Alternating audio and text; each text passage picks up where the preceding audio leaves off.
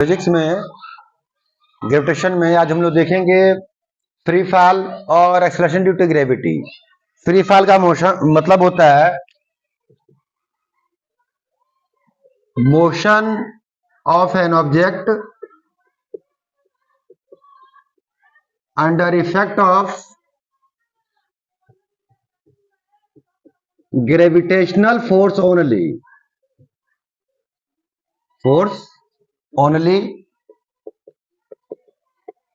is called free fall। किसी body का ऐसा मोशन जो केवल और केवल ग्रेविटेशनल फोर्स के इन्फ्लुएंस में ही हो, जो केवल और केवल ग्रेविटेशनल फोर्स के इन्फ्लुएंस में ही हो, ऐसा मोशन किसी बॉडी का क्या कहलाता है? Free fall. उस पर अन्य कोई फोर्स कार्य न कर रहा हो, मात्र ग्रेविटेशनल फोर्स कार्य कर रहा हो, अन्य कोई फोर्स भी कार्य न कर रहा हो। यहां पर पढ़ने में आता है कि इस केस में हम लोग एयर रेजिस्टेंस भी कंसिडर नहीं करते हैं। इस केस में हम लोग एयर रेजिस्टेंस भी कंसीडर नहीं करते हैं। ऐसे मोशन को बोलते हैं हम लोग क्या? Free fall. और acceleration in object in case of free fall is called acceleration due to gravity.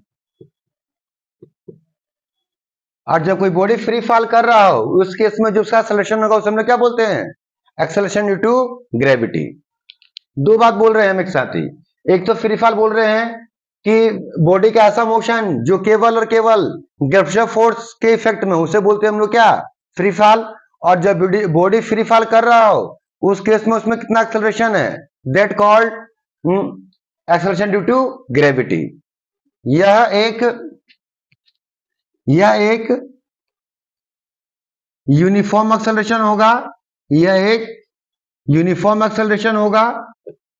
अर्थ के लिए इसको स्मॉल जी से शो किया जाता है, जिसका वैल्यू 9.8 मीटर पर सेकंड स्क्वायर है। धरती के केस के लिए इसका वैल्यू है 9.8 मीटर पर सेकंड स्क्वायर, जिसको कभी कभार 10 मीटर पर सेकंड स्क्वायर भी हम लोग रख लेते हैं। कोई ज्यादा अंतर नहीं है, 9.8 कहिए चाहे 10 कहिए, 0.2 मीटर पर सेकंड स्क्वायर का डिफरेंस है। इससे कोई खास फर्क नहीं पड़ने वाला है। अब ये मोशन जो है फ्री फॉल, बॉडी ऊपर क्यों जा रही हो तभी फ्री फॉल कह सकते हैं, नीचे क्यों आ रही हो तभी फ्री फॉल कह सकते हैं। जरूरी नहीं है कि बॉडी ऊपर से नीचे गिरेगा तभी फ्री फॉल बोलेंगे। बॉडी नीचे से ऊपर जाएगा तब भी उसको फ्री फॉल ही कहते हैं। बस कंसेप्ट ये अप्लाई होना चाहिए कि मात्र ग्रेविटेशनल फोर्स कार्य कर रहा हो, अन्य कोई फोर्स कार्य न कर रहा हो। चाहे बॉडी अपर जाए तो, चाहे बॉडी डाउनवर्ड आए तो, उस सब में कोई मतलब नहीं है। और ये जो एक्सेलरेशन है ये यूनिफॉर्म एक्सेलरेशन है। और जब यूनिफॉर्म एक्सेलरेशन है तो याद होना चाहिए, हम लोग पढ़ रहे थे इक्वेशंस ऑफ मोशन वाला चैप्टर में, तो वहां पे 3 इक्वेशन आए थे। v बराबर u प्लस एटी, s बराबर ut plus half eighty square, और v स्क्वायर बराबर u स्क्वायर प्लस के 2as। ये तीनों इक्वेशंस किसके थे? यूनिफॉर्मली एक्सेलरेटेड मोशन के एग्जांपल थे। और यहां पर भी जो एक्सेलरेशन है कैसा है? यूनिफॉर्म एक्सेलरेशन है। यानी कि जो इक्वेशंस ऑफ मोशन थे वो हूबहू अप्लाई हो सकते हैं किसके लिए? इक्वेशंस ऑफ फ्री फॉल के लिए। फ्री फॉल के लिए अप्लाई हो सकता है। तो हम बोलते हैं क्या, हमारे यहां इक्वेशंस ऑफ मोशन थे 3 गो, उसे क्या बनाएंगे? Equations of free fall. Free fall 2 ढंग का होगा, अपवर्ड जा रहा होगा या फिर क्या होगा? डाउनवर्ड आ रहा होगा। अपवर्ड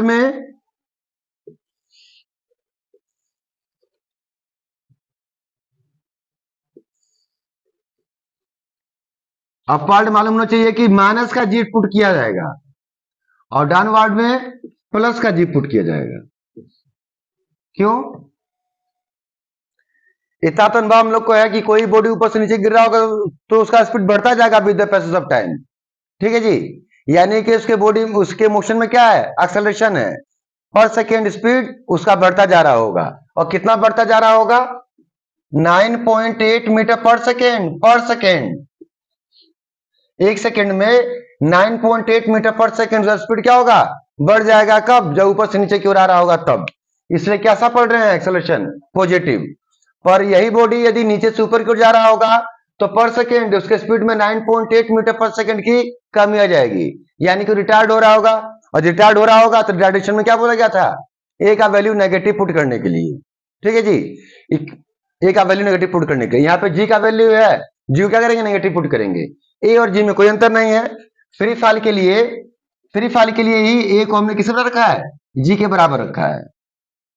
इक्वेशन ऑफ मोशन से इक्वेशन ऑफ फ्री फॉल प्राप्त करने के लिए हम लोग क्या करेंगे, हर जगह ए को हटाएंगे, जी पुट कर देंगे। बात यदि हॉरिजॉन्टली हो रही हो तो दूरी बोलते हैं, और बात यदि अपवर्ड डाउनवर्ड की हो रही हो तो क्या बोलते हैं, हाइट। तो वहां पर एस को किससे पुट कर देंगे, रिप्लेस कर देंगे एच से। ये दो चेंजिंग हम लोग कर लेना है। और थर्ड चेंजिंग ये है, ध्यान लगाकर कि अपवर्ड जा रहे होंगे तो velocity with the passage of time घटता जाएगा, इसलिए एक्सेलरेशन या acceleration due to gravity negative है। डाउनवर्ड आ रहे होंगे तो समय बीतने के साथ साथ क्या होगा, स्पीड या वेलोसिटी बढ़ता जाएगा, इससे जी का वैल्यू कैसा पुट करेंगे, पॉजिटिव। लिखते हैं हम v बराबर u plus A T, s बराबर ut plus half A T का स्क्वायर, और v स्क्वायर बराबर u स्क्वायर प्लस के 2as। अपवर्ड के लिए बनाते हैं, v बराबर u माइनस के जी टी, ए को हमने जी से रिप्लेस किया, और जो ए जी नेगेटिव था इसलिए यहां सामने नेगेटिव हो जा रहा है। एच, एस को एच से लिखेंगे, एच बराबर यू टी माइनस के half g t square, v square बराबर यू स्क्वायर माइनस के 2gh। डाउनवर्ड के लिए v बराबर u प्लस के जी टी, h बराबर यू टी प्लस के हाफ जी टी स्क्वायर, और v स्क्वायर बराबर यू स्क्वायर प्लस के 2gh। तो ये तीन इक्वेशंस ऑफ मोशन जो हम लेते हैं यूनिफॉर्मली एक्सेलरेटेड मोशन के लिए, चूंकि हमारा एक्सेलरेशन ड्यू टू ग्रेविटी भी एक यूनिफॉर्म एक्सेलरेशन है, इसलिए ये तीनों के तीनों इक्वेशंस हूबहू फ्री फॉल पे अप्लाई हो सकते हैं। क्योंकि फ्री फॉल दो ढंग का होगा, यदि बॉडी अपवर्ड जा रहा होगा तो एक्सेलरेशन नेगेटिव होगा, इसलिए नेगेटिव पुट किया गया या नेगेटिव आ जा रहा है। डाउनवर्ड आ रहा होगा तो वेलोसिटी बढ़ता जाएगा, इसलिए जी का वैल्यू कैसा है, पॉजिटिव है। ठीक, अब यदि बॉडी कहीं रेस्ट से गिरा जाए, ऊपर से गिराना छोड़ दे उसे, तो उसका u0 ट्रीट करेंगे। यदि बॉडी चलते चलते मोशन बंद कर रहा हो, हमने नीचे से बॉडी फेंका, ऊपर जाके क्या करेगा, तो यू तो हमने कुछ फेंका ही होगा, और भी क्या होगा, 0 होगा। वेलोसिटी ना बदल रहा हो तो ये 0 होगा। इन तीनों इक्वेशन की सहायता से हम लोग किसी बॉडी को कितने स्पीड से फेंका जाए तो कितना प्राप्त करेगा, कितना टाइम लगेगा, या कितने ऊंचाई से गिराया जाए तो कितने देर के बाद धरती पहुंच जाएगा, या कितने स्पीड से पहुंचेगा, ये सही बात हम लोग निकाल सकते हैं। इसके रिगार्डिंग हम न्यूमेरिकल देंगे आप लोग को।